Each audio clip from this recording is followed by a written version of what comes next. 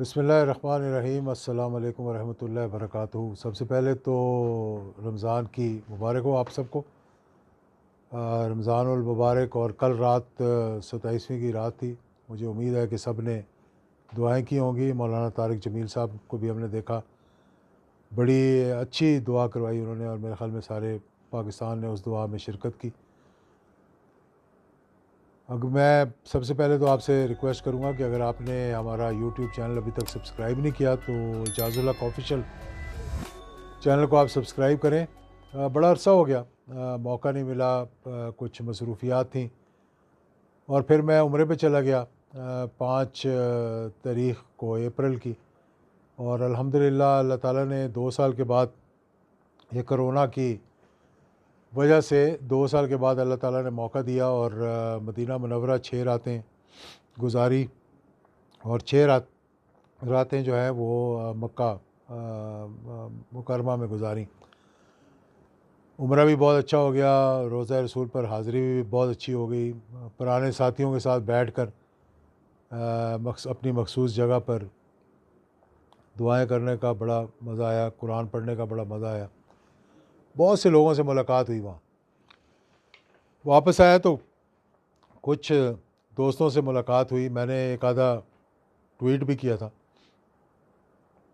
जिसमें मैंने कहा था कि लोगों के बड़े अजीब-व-गरीब जज्बात हैं, लोग परेशान हैं। मैंने कभी इतना परेशान लोगों को नहीं देखा था जितना मैंने इस मरतबा सऊदी अरब में पाकिस्तानियों को देखा। पाकिस्तानियों के अलावा मुझे अजीब ये लगा कि पिछले 25 साल से या 20 साल से मैं जो मस्जिद है क्लॉक टावर की, उसमें जाता हूँ, उसमें बैठते हैं हम तकरीबन आखिरी अशरे में। तो बहुत से दोस्त सऊदी अरेबिया से, यूएई से, मिस्र से यानी इजिप्ट से आया करते थे, और उनके साथ एक ऐसा राब्ता बन गया था कि बहुत अच्छी गुफ्तगू और प्यार और मोहब्बत वाली बातें। तो इस दफ़ा मैंने ये देखा कि एक तो पाकिस्तानियों में बड़ा एक गम और गुस्सा, परेशानी कि पाकिस्तान में क्या हो रहा है जी, पाकिस्तान के लिए दुआ करें जी। और दूसरा अजीब बात ये लगी कि अरबी जो थे, कोई मिस्री थे, वो भी सब इंटरेस्ट ले रहे थे और पूछ रहे थे कि पाकिस्तान में क्या हो रहा है। यानी ये अजीब व गरीब बात थी कि उनकी भी परेशानी नज़र आई। और कुछ लोगों ने कहा जी कि इमरान खान साहब के लिए दुआ करें। मैंने आकर उसका ज़िक्र भी किया एक दो दोस्तों से, जिन्होंने आगे टेलीविज़न पर भी इसका ऐलान कर दिया।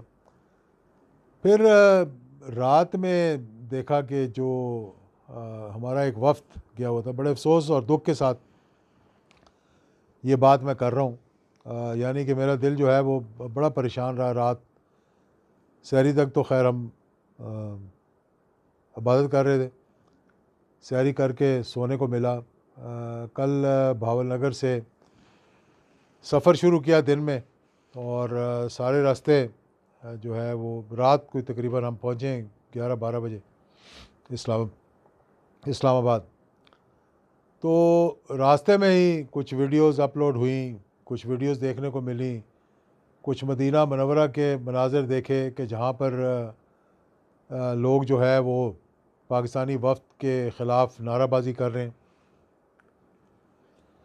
और अजीब मंज़र था यानी कि देखने का, और बड़ा अफसोस हुआ, बड़ा दुख हुआ।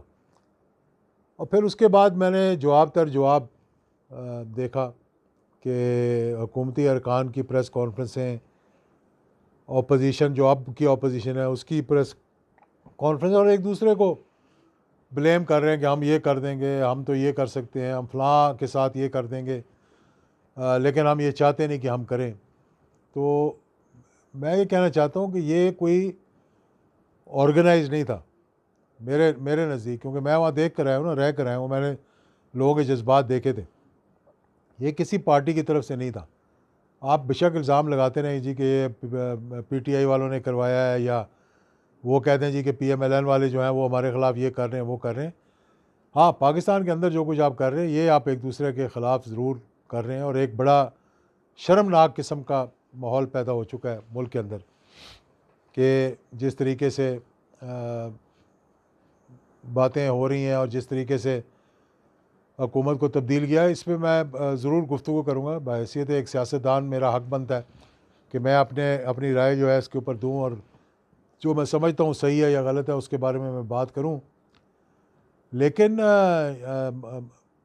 ये जो कुछ एक तो नहीं होना चाहिए था जो कुछ हुआ, हम इसको जितना भी कंडेम करें कम है, क्योंकि ये किसी शख्स की बेइज्जती नहीं थी, ये पूरे मुल्क की बेइज्जती थी।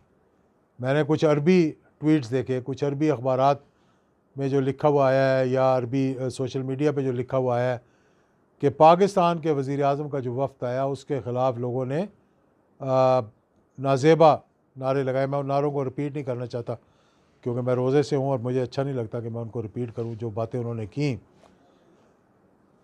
लेकिन देखें जो मौजूदा सूरत हाल पैदा हो गई है और जिस तरह से पोलराइजेशन हो गई है सोसाइटी के अंदर, कोई अदारा भी जो है वो इस वक्त न्यूट्रल नहीं है।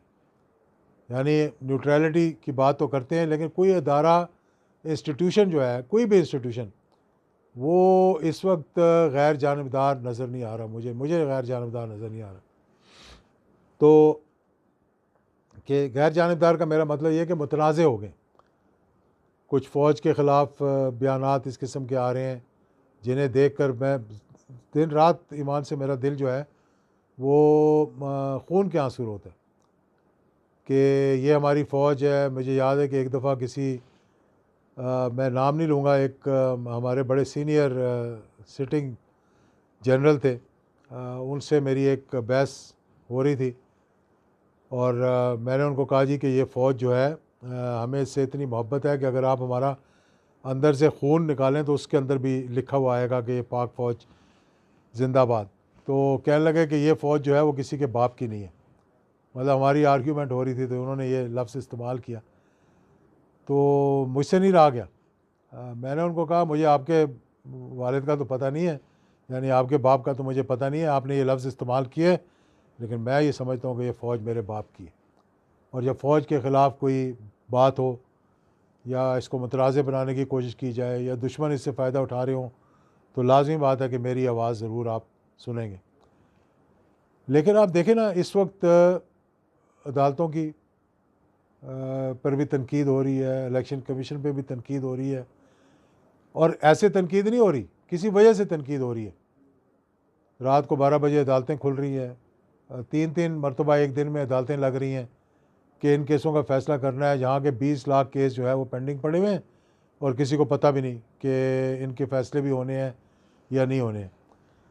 तो इसलिए इस वक्त मुल्क के अंदर ज़रूरत है कि आप एक नया मैंडेट, यानी ये अब मुतनाज़े बन गया, हर चीज़ मुतनाज़े बन गई।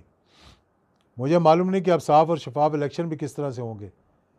जिनको लोग अपना बड़ा समझकर बुलाया करते थे, जिनकी गैर जानिबदारी पे, न्यूट्रलिटी पे लोगों को एतराज़ नहीं था, आज उन पर भी उंगलियां उठ रही हैं और बड़ा दुख होता है ये देखते हुए। इलेक्शन कमीशन मुतनाज़ हो गया है, आप वहाँ पर बैठे हैं, आप पर तनकीद हो रही है, आप उसका जवाब भी दे रहे हैं और आप वो इक़दाम कर रहे हैं जो आपको नहीं करने चाहिए।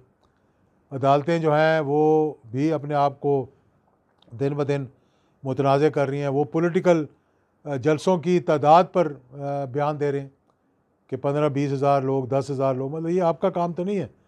आपका काम है कि आपके फ़ैसले बोलें, आपके फ़ैसले बोलें, आपकी अदालतें बर वक्त खुलें, बर वक्त बंद हों, लेकिन उस दौरान जो फ़ैसले हैं वो ऐसे हों जिन पे गैर जानिबदारी की स्टैंप लगी हो।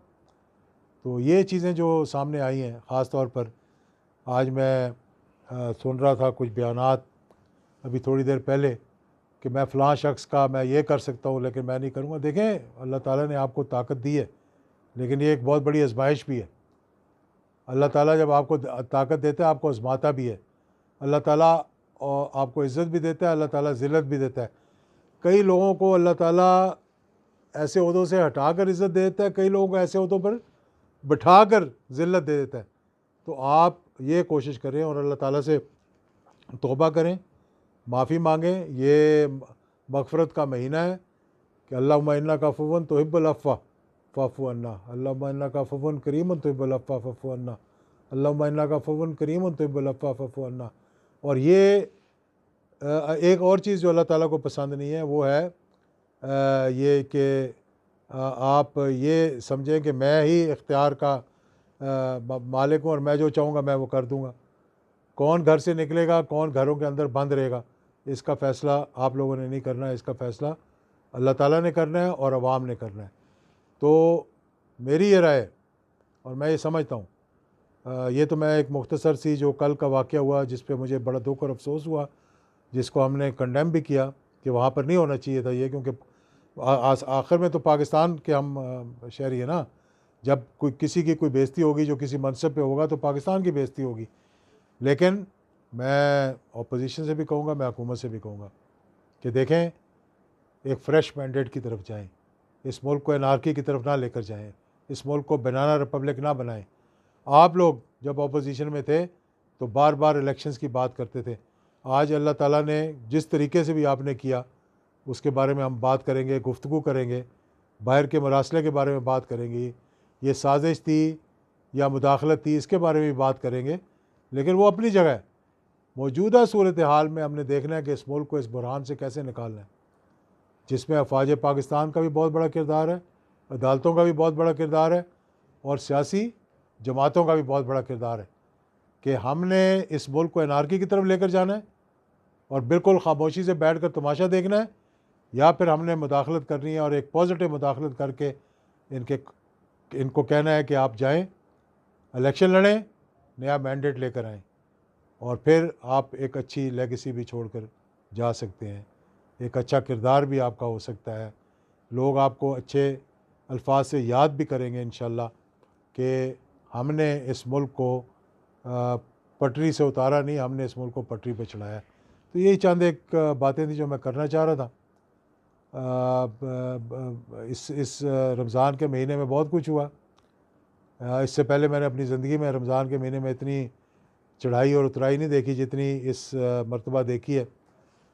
लोगों ने किस तरह से लोग परेशान हैं, किस तरह से लोग जो है वो देख रहे हैं अपने मुल्क की तरफ, किस तरह से महंगाई, बेरोज़गारी की तरफ देख रहे हैं हम, किस तरह से हमारा रुपया जो है वो दिन ब दिन उसकी वैल्यू जो है वो कम होती जा रही है, किस तरह से चीज़ें जो हैं वो महंगी हो रही हैं, बिजली गायब हो रही है, डीज़ल मिल नहीं रहा, किसान परेशान है, एक तरफ कटाई हो रही है गंदम की, दूसरी तरफ डीज़ल नहीं मिल रहा जिससे कि हमारे हार्वेस्टर और हमारे ट्रैक्टर चलने हैं।